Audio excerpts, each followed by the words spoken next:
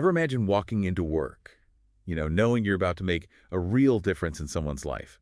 Not just, not just the daily grind, but like actually changing things for the better. Yeah, that's the heart of social work for sure. It is. But we're going deeper here, right? Yeah. We're not just skimming the surface. Right, right. This is your deep dive request, a whole stack of resources on what it really takes to make it in this field. Yeah, and this career guide we're starting with, it gets real, you know? Oh, does it ever? It talks about the emotional toll it can take, the crazy workload sometimes, even the pay, which, let's be honest. Not always the best. Exactly. It makes it clear this isn't just a job, it's a calling. You got to have that fire for social justice. So more than just wanting to help, it's about really fighting for what's right. Exactly. And that fight, it takes all kinds of forms. The guide uses this phrase, practice-based professionals. Okay, I like that. What does that even mean? Basically, it means you're not just stuck in theory, you're out there making things happen. Imagine, like, one day you're helping a family with the foster care system, the next you're at a community meeting, fighting for better mental health resources. So definitely not your average 9 to 5. We're talking real people, Yeah. real challenges. The guide even says uncovering needs, almost like a detective or something. That's a good way to put it. You wear a lot of hats in this job. Part Yeah. detective, part therapist, part guide. Oh, wow. I never thought of it like that. You're figuring out what people need, offering support, and then connecting them to the resources that'll help them get back on their feet. Could be healthcare, housing, jobs, legal aid, you name it. And it's not just individuals, right? The guide talks about working with families, groups, the whole works. That's got to take serious people skills. No doubt. Empathy, listening, that's key. You're not just telling people what to do, you're building trust, empowering them to make changes themselves. Like, imagine working with a refugee family brand new to the country. You need cultural sensitivity, maybe language skills, and you're navigating this whole complex system on their behalf. It's challenging, but man, when you see those successes. That's got to be rewarding. And it seems like those challenges are always evolving, especially with technology changing how everything works. The guide mentions telehealth. How's that impacting things? It's huge, especially for reaching people who might not have easy access to services. Think about it. Someone in a rural area needing counseling can now get it online. That's incredibly. It's about constantly adapting, using these tools to bridge gaps and make sure everyone gets the help they need. Speaking of tech, we got to talk about these RoleCatcher articles you sent.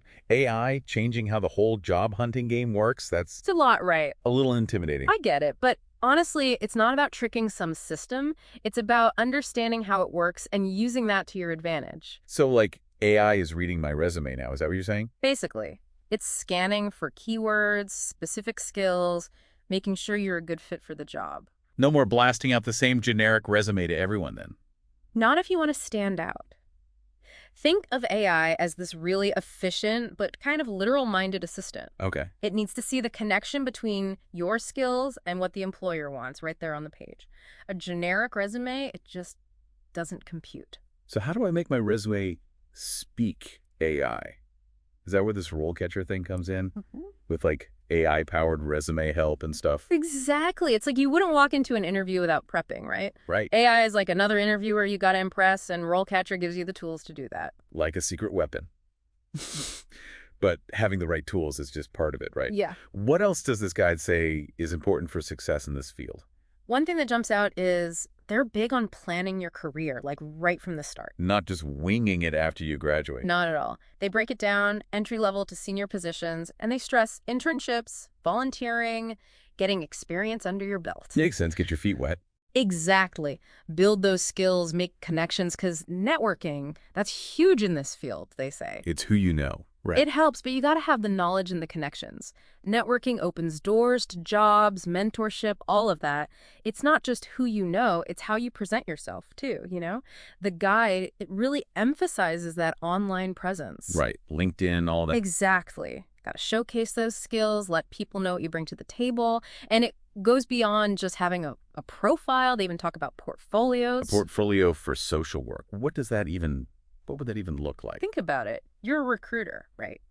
2 resumes, pretty similar on paper, but then one person, they also link to a portfolio. They've got this whole community outreach program they designed, testimonials, actual results. Oh, I see where you're going with this. Who are you going to call first? Makes sense. Proof is in the pudding, as they say. Yeah. But, we've been talking a lot about the career side of things, but I want to go back to something you mentioned earlier, that emotional weight that comes with this work.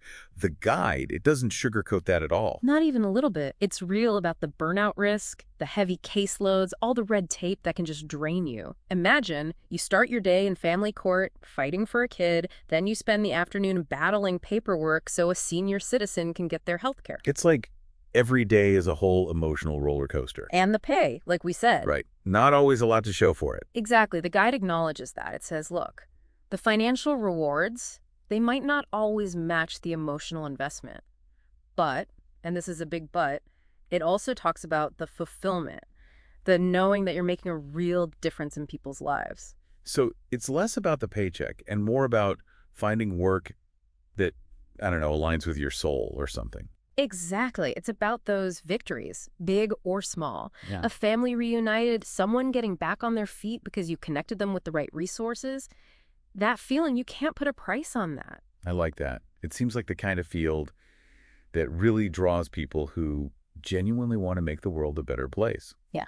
And speaking of making things better, the guide mentions how much social work is changing. What are some of the big trends shaping the future, do you think?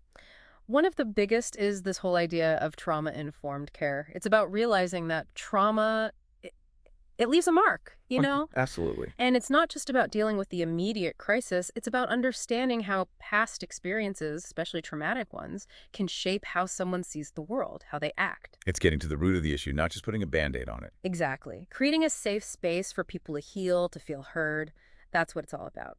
And this approach, it's changing how social workers interact with clients, how they advocate for bigger changes. So it's not just about helping individuals. It's about addressing those systems that can sometimes cause harm in the first place. Right on.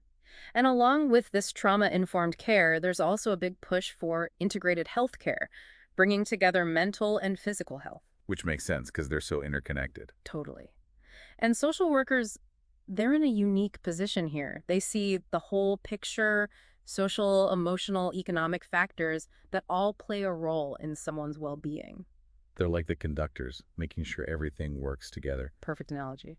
So we've talked about how demanding this field is, the skills you need, that empathy. But I want to shift gears a bit and talk about the different paths a social work career can take.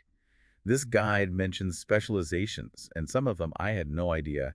You know what? When I think social work, I usually picture like working with families in crisis, that kind of thing. Yeah, the front lines. But this guide, it shows there's so much more to it than that.